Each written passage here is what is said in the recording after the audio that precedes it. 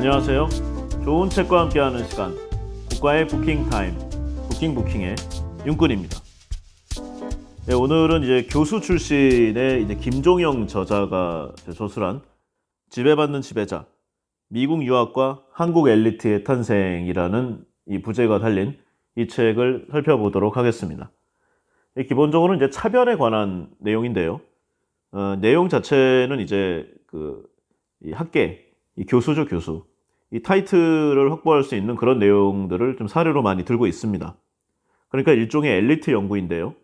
그 대상이 이제 한국에서 가장 똑똑한 교육과 문화의 이런 공부를 한 엘리트들임을 좀 명시를 하고 있어요. 이제까지 이 학계에서 본격적으로 다뤄지지 않은 좀 미국 유학파 지식인에 대한 분석이라는 서브 타이틀을 달고 있는데요. 이게 사실은 혁명보다 더 어려운 게 개혁이지 않습니까? 이미 많은 걸 갖고 있는 이 사회 지도층이라고 생각하는 그들의 입장에서 굳이 뭐 힘들고 고달픈 이 내부 개혁을 할 필요가 없어요. 그래서 계속 이 교수 사회를 비롯한 학계는 계속 고인물에 썩은 물이 되고 있다는 그런 전제를 좀 깔고 있습니다. 이 한국 대학과 이 학계의 모순, 그리고 이제 그 체제를 재구성하는 약간의 좀 단초를 찾을 수 있는 연구를 하고 싶다. 이게 이 저자의 이 바람인 거죠.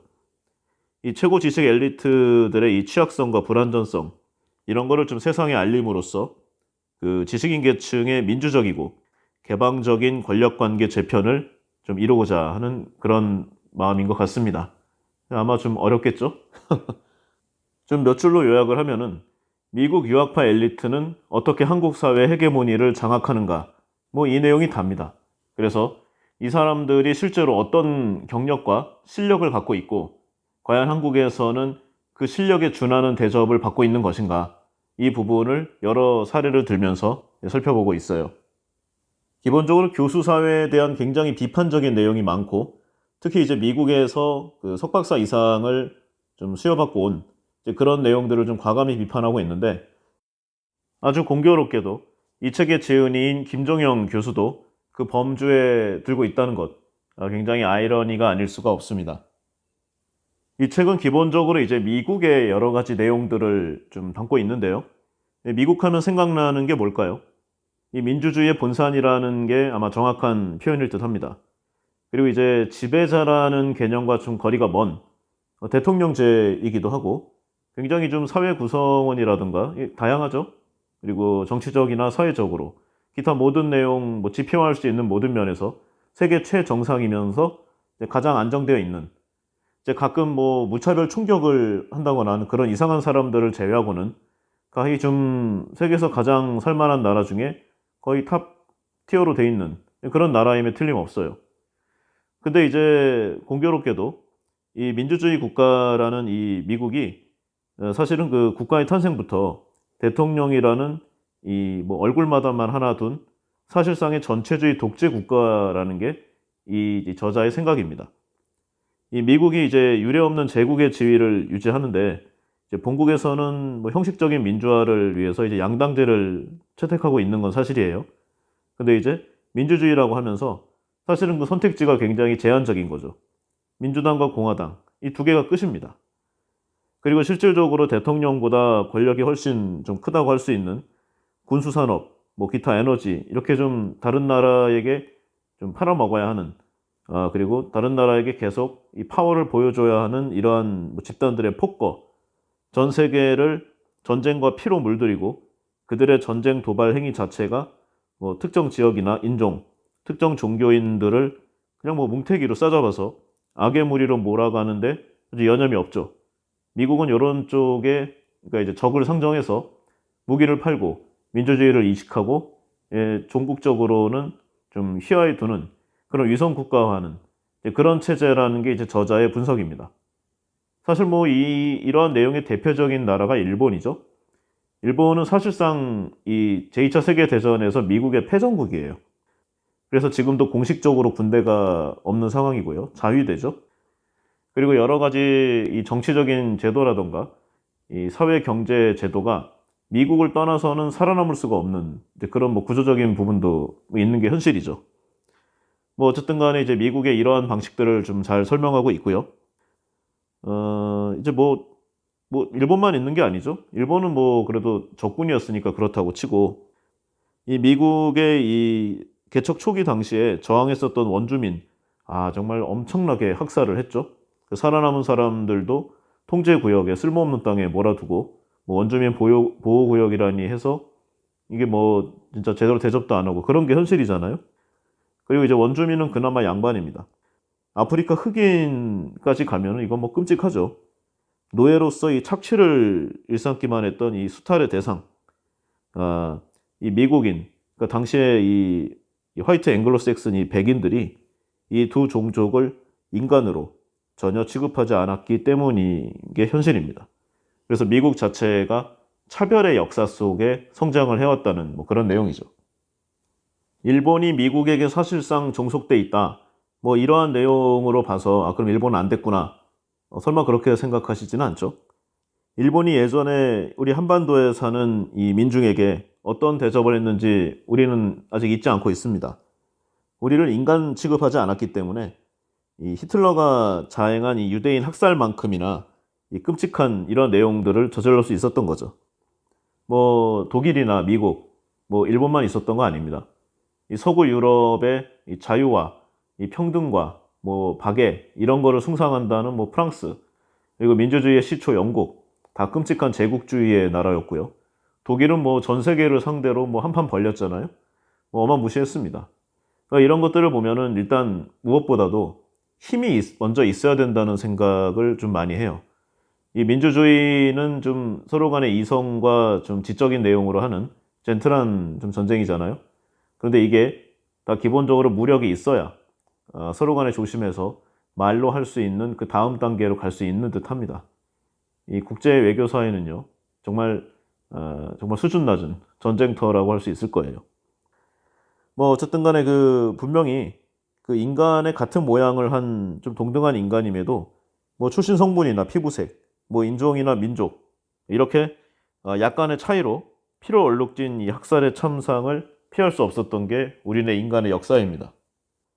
이 과정에서 이 악한 승자는 제국이 되고 악한 승자로부터 일방적인 패배를 떠하는 후진국은 빈곤과 기아, 이 내전 등과 같은 이 지옥 같은 삶에서 벗어나기가 어렵죠. 이러한 차별은 단순히 남을 혐오하는 데 그치지 않고 어떤 특정 집단에 대한 이 최악의 대접과 이 시선을 안겨준다는데 더 큰 심각한 문제가 있다고 하겠습니다. 이 역사에서 발견할 수 있는 지금까지의 차별, 이 현대 한국 사회의 일상에도 아주 뿌리를 내렸는데요. 사실 뭐 남의 욕할 거 없습니다. 우리네 한국 사회만큼 이 경직된 상태에서 엄청나게 많은 편견, 고정관념에 갇힌 이 나라는 참 드물어요. 우리나라는 사실 그렇게 잘난 것도 없으면서 이 편견이라던가 우리보다 못하다고 생각하는 아마도 경제적인 부분이 크겠지만 그런 나라나 민족에게 정말 잔인합니다. 뭐 가까운 베트남 전쟁부터 시작해서 지금도 이 동남아에서 이런저런 좀 추태를 부리고 있는 한국인들을 보면 이러한 좀 갑질 근성은 DNA에 내재되어 있는 게 아닌가 그런 생각까지도 해보게 됩니다. 또 전통적인 여성에 대한 차별 엄청나죠? 조선시대부터만 봐도요. 지금까지 웬만해서 뭐 없어질 줄을 모르잖아요. 그리고 이제 그 학력에 대한 차별, 예전에는 뭐 지식 갖고 했겠지만 이 학벌 카스트가 분명히 존재를 합니다. 이거 아마 내부적으로는 절대로 무너지지 않을 거예요. 장애인은 그냥 뭐 몸이 불편할 뿐인데 비장애인이 이 장애인을 좀 정상이 아닌 것으로 보는 이런 일방적 시선, 거의 뭐 그런 수준의 시선을 자기보다 좀 낮은 랭킹의 학교를 나왔다는 사람에게 우리는 과감히 좀 감추지 않고 투영을 합니다. 이 다문화라는 말도 저는 없어져야 되는 단어라고 생각을 해요. 이 사전적 의미와 다르게 인종과 출신 국적이 다르지만 한국으로 귀화를 한 이 동남아 출신 뭐 여성들이나 그들을 통해서 태어난 아이들을 좀 그렇게 좀 취급을 같이 안 하죠. 그 한국 국적을 지녔지만 인종적 차이가 있다는 이유로 배타적으로 바라보는 시선, 한국 사회에 아주 만연돼 있는 그런 차별의 좀 근원적인 요소가 아닌가 합니다. 이렇게 한국 사회는 사람을 사람으로 온전히 보지 못하는 이 만성적 편향성을 좀 치유하지 못하고 있는데요. 그 중에서도 이제 그 학벌에 관한, 이 학력 차별에 관한 좀 내용을 많이 띄워온 게 이 지배받는 지배자라고 할 수 있겠습니다. 그리고 또 한국 사회의 만연한 차별 중에 하나, 이 나이에 관한 문제가 있는데요. 사실 나이는 뭐 나이가 많다는 거는 그냥 좀 몇 년 먼저 태어났다는 거 아닌가요? 그거 하나뿐인데 차이라고는. 이 연장자들은 이 그것으로 인해서 좀 특권을 누려야 한다는 생각을 갖고 있는 것 같아요. 저도 이 지하철이나 뭐 이런 데서 많이 느껴봤는데 정말 그 세상 만사를 다 안다는 듯이 자신보다 어리다는 이들에게 이 조언을 빙자한 잔소리를 하고 뭐 진짜 좀 심한 오지랖을 보여주죠. 이 부분에 관해서는 제가 뭐 따로 방송도 했기 때문에 또 얘기하면은 뭐 중복이 되니까.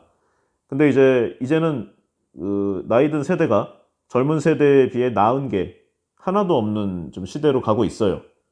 뭐 IT 관련 지식이라든가 세상을 사는 뭐 여러 가지 내용, 그들이 알고 있는 그 나이 많은 세대가 전통적인 좀 경험으로 알고 있는 내용들은 검색하면 다 나옵니다. 그냥 이제 개인의 차이일 뿐이고요. 그다음에 뭐 외국어라든가 커뮤니케이션 스킬, 젊은 세대가 훨씬 뛰어납니다. 이제 바야흐로 나이 든 세대는 자랑할 수 있는 게 나이밖에 없는 그런 시대로 흘러가고 있어요. 그러니까 빨리 깨우치고 빨리 새로운 세상을 준비해야 되는데 호통이나 치고 대접하라고 소리나 지르면은 과연 그 말로가 어떻게 될지 참 심히 안타깝다는 생각을 하고 있습니다. 이 계층의 차이는 어디나 있지만 특히 우리나라의 이 좀 장년층 이상의 노년층 연장자분들, 그 훌륭한 정신세계를 갖고 있는 분과 이 꼰대들의 이 갭 차이가 너무나 커요. 정말 존경받는 어르신 또는 진짜 무슨 뭐 선생님 정도 되시는 분들도 많은데 이 능력은 고사하고 이 공감 능력이라든가 타인에 대한 배려도 없는 이 세대들을 보면은 진짜 저렇게 되지 말아야지 하는 생각을 많이 합니다. 이러한 것들이 이제 우리 사회에 만연한 차별인데요. 여기서는 이러한 것들 중에서 학벌에 관한 부분을 좀 집중적으로 이야기하고 있습니다. 이 뭐 순전히 개인적인 생각이지만요. 저는 그 학력 문제의 근본 원인이 사실은 그 우리에게, 정확히는 부모 세대들에게 있다고 생각을 합니다. 이 명문대를 졸업하지 않은 사람들, 명문대 중심 사회를 좀 극도로 비판하면서도 그 세계에 들어가고 싶은 욕망을 버리지 못해요. 학벌 사회를 이렇게 비판을 하지만 내 자식은 그곳에 가고 싶기를, 보내고 싶기를 좀 원하고 있는 거죠. 입시 위주의 교육이 잘못되었다고 말을 하지만, 그리고 변별력이 중요하다고 이야기하지만, 실력이 정말 중요하다고 항상 소리 높여 외치지만 명문대 졸업장 앞에서 작아지는 보통 사람들, 학벌 사회가 만든 고통을 더 크게 만들고 대를 이어서 전수하고 있는 게 아닌가, 그런 생각을 좀 해봅니다. 이 명문대 지나친 특권이 오늘날 계속 유지가 되는 이유, 사실 우리가 그들을 부러워하고 그들 앞에서 우리 스스로를 낮췄기 때문입니다. 이 너무나 견고한 학벌 사회 덕분에 이 명문대를 졸업한 이 그들 중에 일부 아주 괴물이 되었는데요. 이 그들의 정당한 학력에 의심이 가는 사건들도 계속 터져나오고 있습니다. 뭐 최근에 뭐 여러 내용들이 있죠. 공식적으로 보면은 고졸인데 대학의 총장을 하는 사람도 있고, 뭐 그 총장이 학자의 양심을 걸고 무슨 내용을 얘기한다. 어불성설이지 않습니까? 그런데 이게 또 잘 통하네요. 우리나라 참 멋집니다. 그 부러워했던 사람들의 부끄러운 행적, 왜 우리가 그들을 부러워했는지 의심하게 하는 요소임에 틀림없습니다. 이에 딱 맞는 이야기라고 하기는 좀 어려운데요. 저는 이러한 주제의 이야기가 나오면은 이 정치인이죠. 전 자유한국당 대표인 그 홍준표 씨, 그리고 같은 자유한국당에 지금은 당을 바꿨나? 이 김문수 씨가 좀 생각이 납니다. 그 어디선가 들었던 그들의 일화가 좀 기억에 남기 때문인데요. 뭐 간단히 얘기를 해보면 이 홍준표 전 자유한국당 대표가 굉장히 가난한 어린 시절을 보냈다고 합니다. 이 홍준표 당대표가 이 사법시험에 좀 떨어졌는데요. 한 번에 못 붙었어요. 그래서 이제 고향으로 돌아간 거예요. 그래서 어느 겨울밤 그 본인의 아버지가 계신 울산에 내려갔다가 이 바닷가 모래밭에서 모닥불을 피워놓고 그 왜 옛날 목욕탕 가면은 플라스틱 목욕탕 의자 있지 않습니까? 거기에 앉아서 쭈그리고 앉아서 이 본인 걱정으로 뭐 중얼중얼하는 그런 아버지의 뒷모습을 봤다고 해요. 당시 그 본인의 아버지 그 일당이 뭐 그때 옛날이었으니까 화폐 가치는 달라요. 일당 800원짜리 현대조선소 경비원을 하고 계셨는데, 그러니까 이제 본인을 키우느라고 뭐 진짜 아무것도 못한 거죠. 이 모습을 보고 나이가 젊기도 했고, 그리고 좀 미안한 감정, 그리고 좀 성공에 대한 열망, 피눈물을 흘리면서 불공평한 세상을 바꿀 결심을 했다고 합니다. 이 내용이 중복되니까 뭐 김문수 도지사에 관한 내용은 좀 빼겠습니다. 그 비슷한 내용이에요. 그런데 어찌됐든 간에 이제 피 끓는 그리고 뜨거웠던 청춘이 있었다는 겁니다. 이 그 두 분에게요. 뭐 그러니까 이제 김문수 이 씨 같은 경우도 이 젊은 나이에 나름 좀 큰 좀 위험을 좀 무릅쓰고 민주화 운동을 했잖아요. 그 이후에 이제 다른 노선을 걸었지만 뭐 이들뿐만이 아닙니다. 이 가난한 명문대 학생들 뭐 대부분 이 각자의 사정으로 이들과 비슷한 경험을 어떻게든 했을 겁니다. 그런데요, 이들 중에 상당수가 시간이 흐른 뒤에 어느 정도 성공을 하면은 권력과 돈을 탐하게 되고요. 주변 사람들에게 갑질의 행태를 보이게 됩니다. 이거 왜 그럴까요? 그들은 이 소위 말한 스카이죠. 여기에 입학한 순간부터 이 지금까지 상대해왔던 기존의 경쟁자와는 좀 차원이 다른 사람들을 만나게 됩니다. 소위 말해서 이제 로얄 로드의 사람들을 만나는 거죠. 그들 자신들을 생각해 보건대 비록 가난했지만 그래도 공부만큼은 항상 최고였던 이제 그들이었잖아요. 주변에서는 늘 잘한다는 말을 들었던 그들. 그런데 이제 소위 말해 스카이에 가면은 성적마저 평범해지는 거죠. 우등생 모아놓으면 또 우열반이 또 갈라지지 않겠습니까? 그들은 예전처럼 전교 1등의 자리를 유지하기가 어렵다는 것을 알게 되죠. 그리고 성적과는 별도로 이 그 세계에서는 순수히 자신의 노력만으로 가능한 이 공부만이 이 비교 대상의 절대치가 아님도 알게 됩니다. 사는 곳은 어디인지, 졸업한 고등학교는 어디인지, 고향은 어디고 아버지는 무슨 일을 하는지, 집안은 어떤지, 뭐 이렇게 좀 자신의 노력으로 바꿀 수 없는 여러 가지 기준과 장벽을 만나게 되죠. 자신이 지금껏 만나본 적이 없던 이 좋은 집안의 자녀들을 보면서 그들은 무슨 생각을 했을까요? 설마 정의로운 세상? 평등한 세상을 만들자? 저는 좀 아닐 거라고 봅니다. 이 고생하신 부모님을 위해서라도 그리고 스스로를 위해서 성공을 더 크게 하여 이름을 날리고 싶은 마음이 들었을 것입니다. 그들 앞에서 자존심이 망가지지 않기 위해서라도 더 열심히 성공을 위해서 이를 악물고 살았을 것임에 분명합니다. 그리고 또 그들이 살았던 그 당시의 사회가 뭐 지금도 뭐 크게 변하진 않았지만 이렇게 좀 의지와 이빨 꽉 물고 성공하는 이러한 좀 사람의 스타일을 좀 북돋워주는, 좀 우쭈쭈해주는 그런 좀 세대가 맞았어요. 저는 그렇게 생각합니다. 나도 너희들처럼 성공해서 떵떵거리면서 살 거야. 이 열등감이 우월감으로 전환되는 이 사고방식을 갖게 되는 것이죠. 뭐 예를 들려고 이 두 분의 이야기를 한 거고요. 개인적으로 뭐 크게 뭐 잘못했다고 생각하지는 않습니다. 그냥 아마 본인들이 처음에 갖고 있었을 그런 순수했던 마음과는 좀 다른 방향으로 갔다는 뭐 그런 정도? 그런 정도의 생각만 좀 하고 있어요. 그 목숨을 걸었다는 표현이 저는 크게 틀리지 않았다고 생각해요. 굉장히 과장된 부분이 있지만 홍준표 씨 같은 경우에는 이제 강력계 검사였단 말이에요.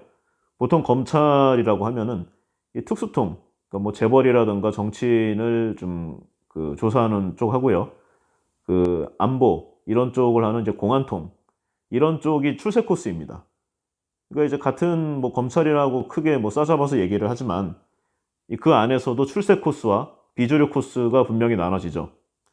이 홍준표 씨는 그 안에서 비주류였고요. 그래서 당대에 아무도 건드리지 못하는 조폭소탕의 좀 일가견에 좀 활약을 하게 됩니다. 그래서 슬롯머신 사건 등을 해서 당대의 정치인과 이 조폭과 연결되어 있는 이 고리를 많이 해결을 했죠. 아마 많은 위협과 청탁과 뭐 이런 것들을 받았을 겁니다. 이 분명히 미화된 부분들이 많이 있겠지만요. 이 숫자로 기록된 이 결과치가 그러한 내용들을 좀 잘 증명하고 있는 것도 사실입니다. 김문수 씨 같은 경우도 이제 한때 그 가장 극렬한 대정부 투쟁을 했다고 하는 선호련, 아마 선호련이 맞을 거예요. 그쪽에서 핵심 위치를 했던 아주 좀 대목군이었죠. 근데 오늘날을 보면은 이제 박근혜 전 대통령 편에 서 있는 아주 좀 야누스적인 모습을 좀 보여주고 있어요. 왜 예전과 다른 모습을 보이는 것일까? 저는 그 근간에는 이러한 좀 생각이 깔려 있다고 좀 판단을 합니다.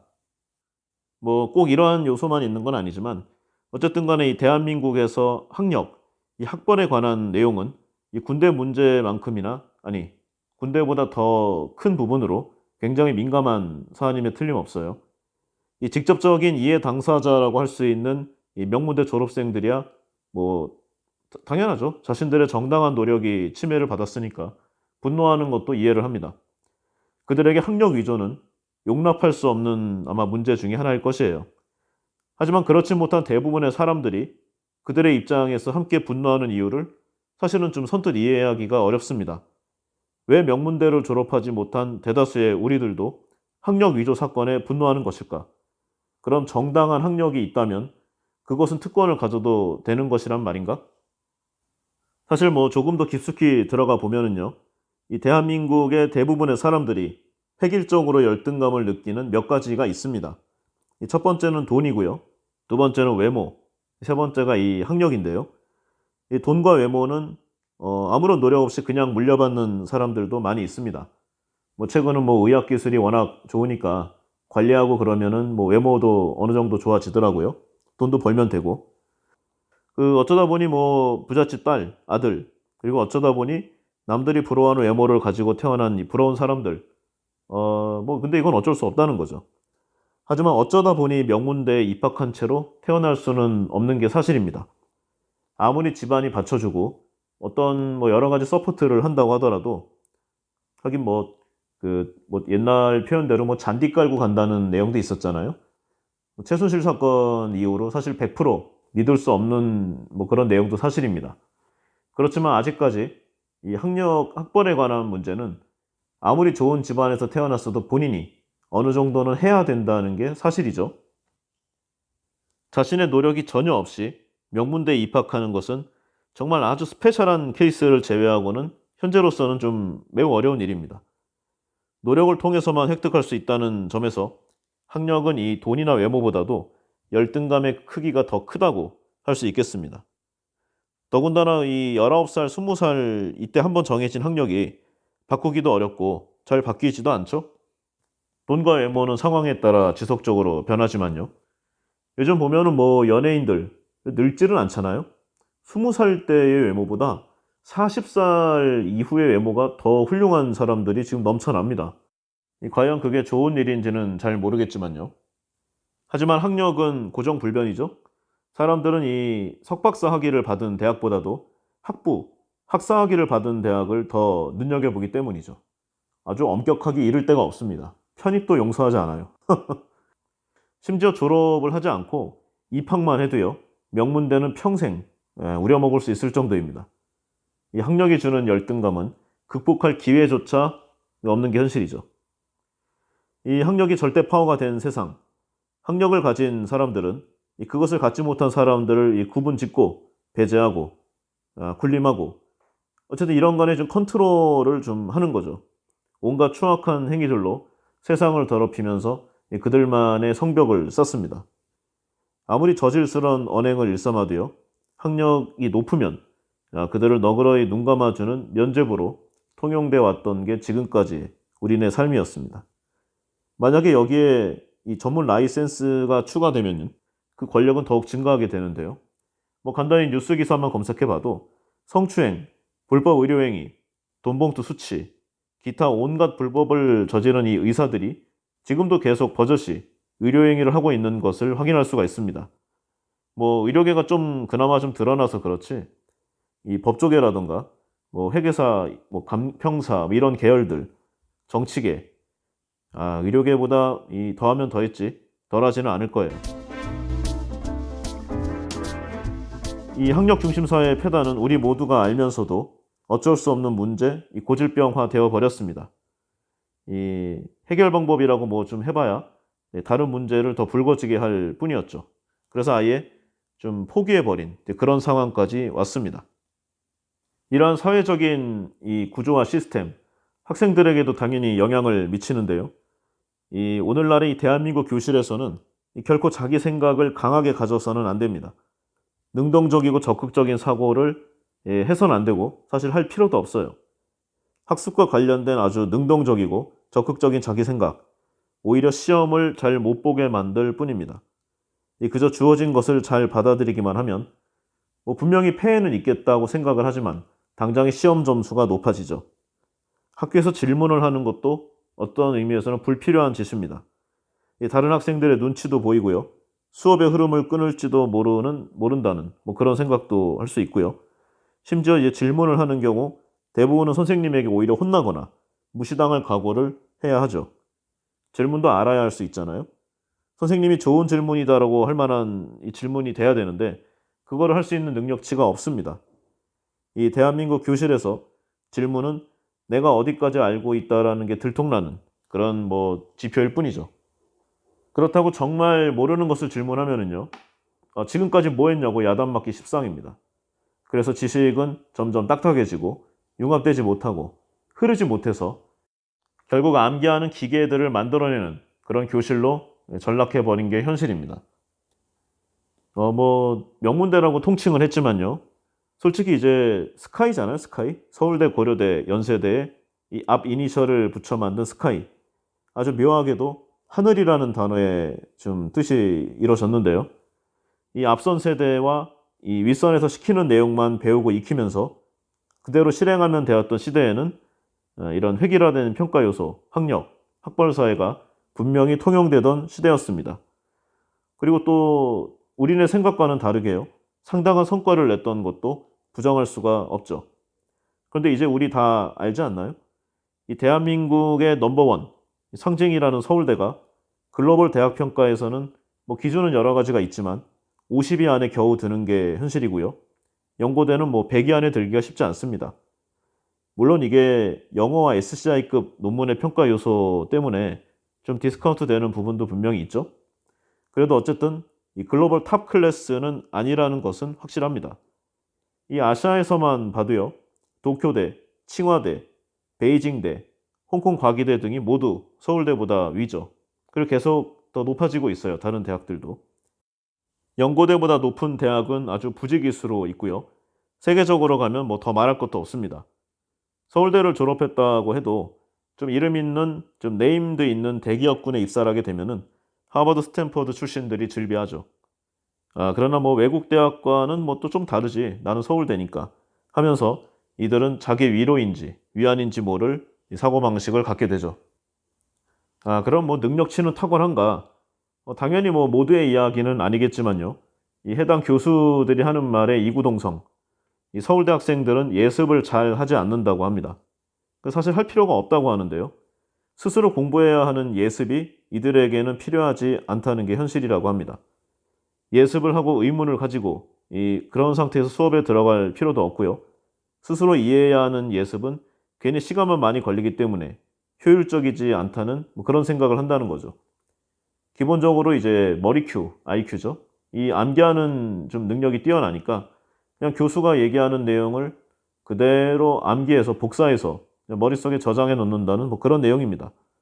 맹목적으로 받아 적고 그대로 받아 쓰기만 하면 점수가 잘 나온다는 거죠. 그런데 뭐하러 자신의 생각을 갖느냐, 예습을 하느냐 이런 내용입니다. 이런 게 이제 여러 가지 좀 사건으로 나오는데 이게 또 딱 저스트하다고 볼 수는 없어요.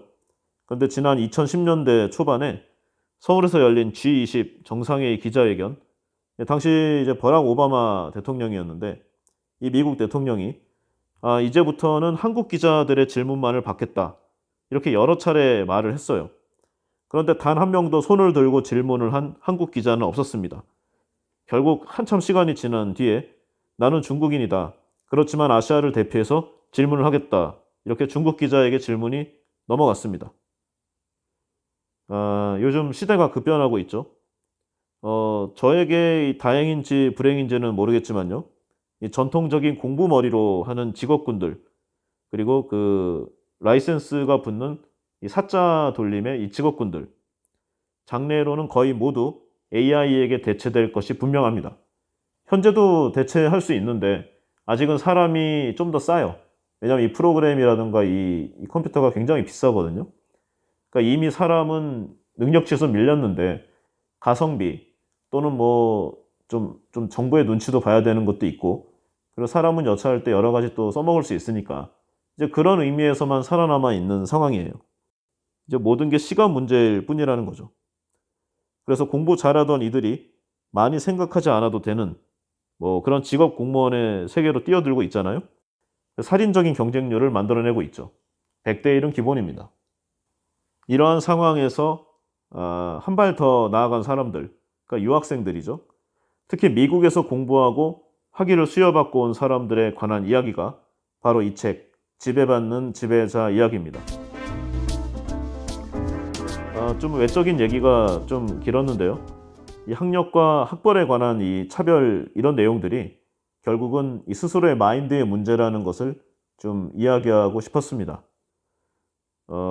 이 지배받는 지배자들, 미국에서 학위 따서 온 사람들, 아마도 이들은 이 최근 몇십 년간 이 미국이 슈퍼파워였으니까 그냥 좀 흘러가는 대로 거기가 제일 세다니까 미국 가서 학위를 받았을 뿐입니다. 아마 뭐 영국이나 프랑스, 뭐 독일 같이 다른 나라가 헤게모니를 가졌다면 그곳으로 가서 공부를 했을 것임에 틀림없어요. 이들은 그저 그 학력의 추가적인 지대, 학벌 보너스, 권위만 따오면 그만이기 때문이죠. 지배받는 지배자. 내용이 그렇게 그 술술 잘 익히지는 않아요. 상당히 좀 논문에 가까운 책이고요. 이해는 하기가 그렇게 어렵지 않지만 이게 재미가 아주 뭐 그런 부분이 높다라고 하기는 또 어렵다는 생각입니다. 기본적으로 이 미국의 유학파 엘리트들이 우리나라의 학계와 기업에서 어떻게 자신의 자리를 차지하고 헤게모니를 장악하고 그 기득권을 대를 이어 유지하는가, 이런 부분들을 좀 탐색하고 있어요. 미국의 유학파 엘리트가 한국과 미국 사이에 어떤 상황과 위치에 놓여 있는지를 잘 분석하고 있고요. 그들의 독특한 좀 글로벌 정체성을 좀 이야기하고 있죠. 이를 통해서 이 학벌 사회의 최상위에 있는 한국 엘리트 지식인 집단, 이들이 어떻게 탄생하는지를 살펴보는 것, 이 책의 한 가지 목적이라고 할 수 있겠습니다. 이 책에서 이 저자는 이 계층 이론, 이 부르디웨의 이론이죠. 이거를 좀 빌려와서 이야기하고 있는데요. 한국과 미국 대학 간의 이 지정학적 관점에서 미국의 유학파 엘리트 지식인을 지배받는 지배자로 다시금 명명하고 있습니다. 한국 사회를 지배하면서 동시에 미국 사회나 미국 학계에는 종속되어 있는 이 미국 유학파의 좀 식민성, 이를 저자는 바로 이 지배받는 지배자라고 나름 좀 비꼬고 있는 셈이죠. 뭐 이런 걸 좀 생각해 보면 되겠습니다. 한국에 와서 한국어를 배우고 한국에서 생활을 하려는 외국인들 있잖아요.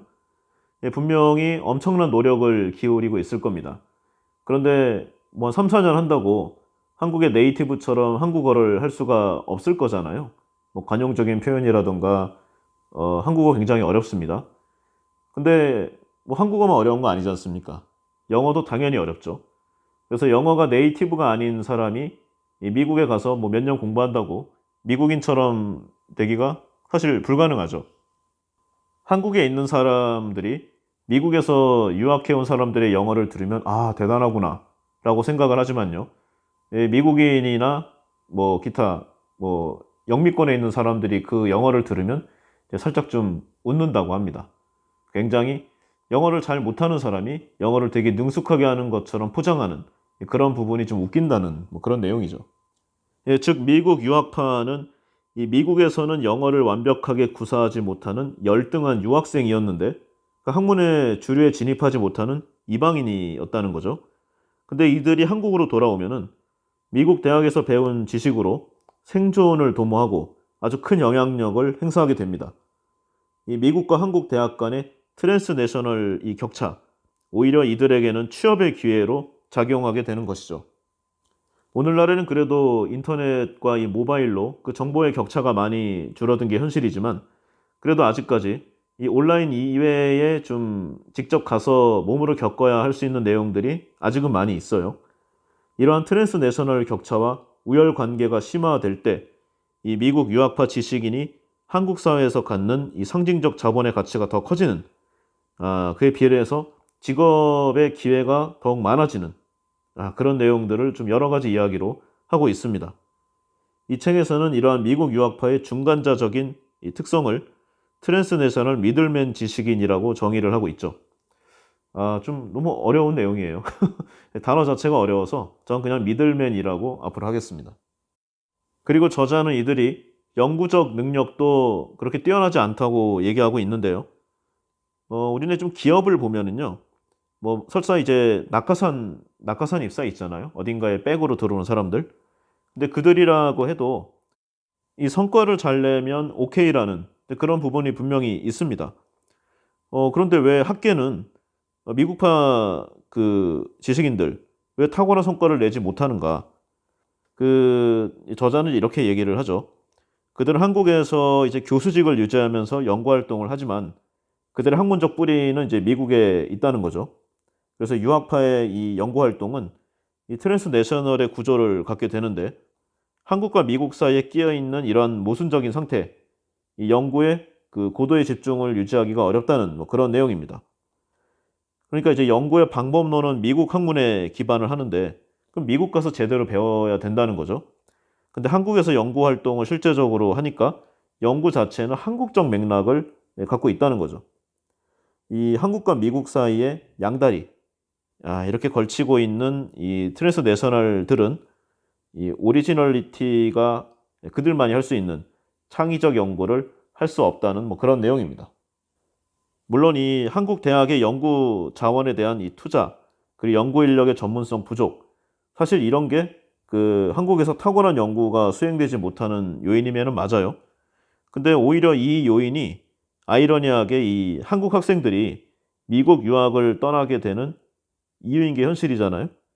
그래서 한국 대학 문화의 문제점을 해결하고자 하는 노력은 이루어지지 않고 미국 유학을 떠나는 것으로 이 문화 자본을 획득하고 이 미국파 지식인의 외양을 걸치려고 하는 이런 악순환, 한국 학계의 미국 종속성을 지속시키고 좀 주체적이고 창의적인 연구의 가능성을 봉쇄한다는 그런 악영향을 미친다는 내용입니다. 물론 저자의 이야기예요. 이상의 내용으로 해서 차별과 학벌 그리고 뭐 이제 이 책을 둘러싸고 있는 좀 여러 가지 내용들을 제 나름대로 좀 살펴봤습니다. 1편은 여기까지 하고요. 2편에서는 이 본문 내용 그리고 어떻게 이 미국 유학생들이 좀 한국의 엘리트로 변신을 하는지 그 과정 그리고 저자가 직접 말한 여러 가지 멘트들로 그 심층적인 내용들을 좀 유추해보는 그런 시간을 좀 가져보도록 하겠습니다. 오늘은 여기까지 하겠습니다. 좋아요와 구독 버튼 좀 부탁드릴게요. 감사합니다.